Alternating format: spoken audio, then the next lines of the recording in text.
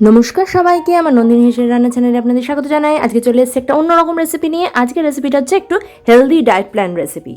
এখানে যে সিডসটা আমি ঢালছি বাটিতে দেখতে পাচ্ছেন, সেটাকে বলা হয় হালিম সিডস। এটা অনলাইন থেকে আমি পারচেস করেছি। এটাকে অন্য নামও রয়েছে, গার্ডেন গ্রেস অথবা অ্যালিভ সিডসও বলা হয়ে থাকে। এই সিডসটা অনেকটা লাল লাল দেখতে হয়, দেখতেই পাচ্ছেন। এটাকে বানানোর আগে 30 মিনিটের জন্য জল দিয়ে এটাকে রেখে দিতে হবে রেস্টে। এটা জলটাকে সোক করে নেবে। এটাকে আমি জল দিয়ে ভিজিয়ে কিছুক্ষণ রেখে দিচ্ছিলাম। এটা protein, fibre, iron, calcium, omega 3 fatty acid, antioxidants, এই সমস্ত গুণগুলো এর মধ্যে রয়েছে। এইগুলো পাচনে সাহায্য করে, ওজন কমাতেও সহায়তা করে, স্কিন হেলথেও বৃদ্ধি করে বা ইমপ্রুভ করে, আর ইমিউনিটিকে বাড়ায়, আর হেয়ার ফলকে আটকায়। তো 30 মিনিট হয়ে গেছে। এবার আমি এখানে ফ্রাইং প্যান নিয়ে নিয়েছি। এবার আমি এর মধ্যে দিয়ে দিচ্ছি 3 চামচ মতন ঘি। যেহেতু আমি অনেকটাই সিডস নিয়েছি, যে পরিমাণ সিডস নেবেন সেই মতন আন্দাজ বুঝে আপনারা ঘি দেবেন। এখানে আমি ঘিটা এবার গলিয়ে নিয়ে ভালোভাবে কড়াইতে লাগিয়ে নেব। এবার এখানে যেটা দেখছেন গুড়, সেটা হচ্ছে পাটালি বা খেজুর গুড়।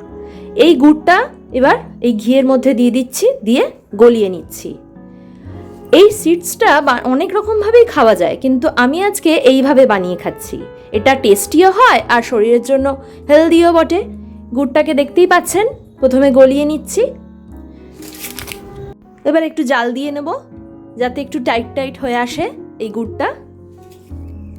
চ্যানেলটা আপনারা ফলো করতে থাকুন আর ভিডিওটা স্কিপ না করে পুরোটা আপনারা দেখুন, তাহলে বুঝতে পারবেন যে আমি আজকে কি বানাচ্ছি আর কিভাবে বানাচ্ছি, এবং আপনারাও বাড়িতে এটা ট্রাই করুন।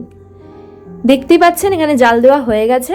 এবার আমি যে সিডটা আমি রেখে দিয়েছিলাম জলে ভিজিয়ে, এটা পুরোটা সোপ হয়ে গেছে, আপনারা দেখতেই পাচ্ছেন। ওটাকে এবার দিয়ে দিলাম গুড়ের মধ্যে, দিয়ে ভালোভাবে এটাকে মিশিয়ে নিচ্ছি গুড়ের সাথে।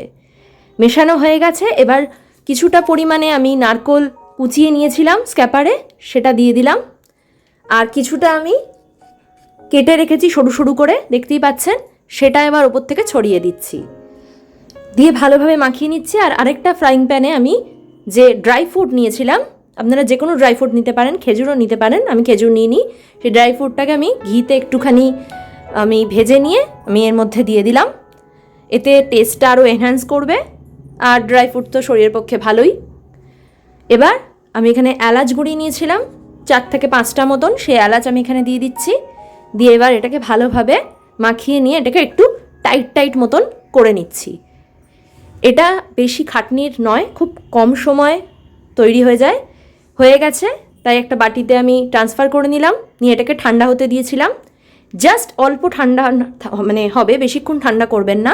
তারপর হাতে ঘি মাখিয়ে এইভাবে লাড্ডুর আকারে পাকিয়ে নিতে হবে।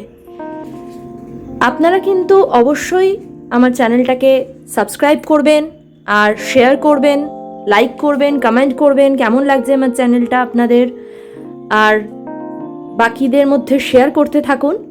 দেখতেই পাচ্ছেন এখানে লাড্ডু পাকানো হয়ে গেছে। আজকের রেসিপিটা কিন্তু খুব চমৎকার একটা রেসিপি, ভীষণই হেলদি একটা রেসিপি।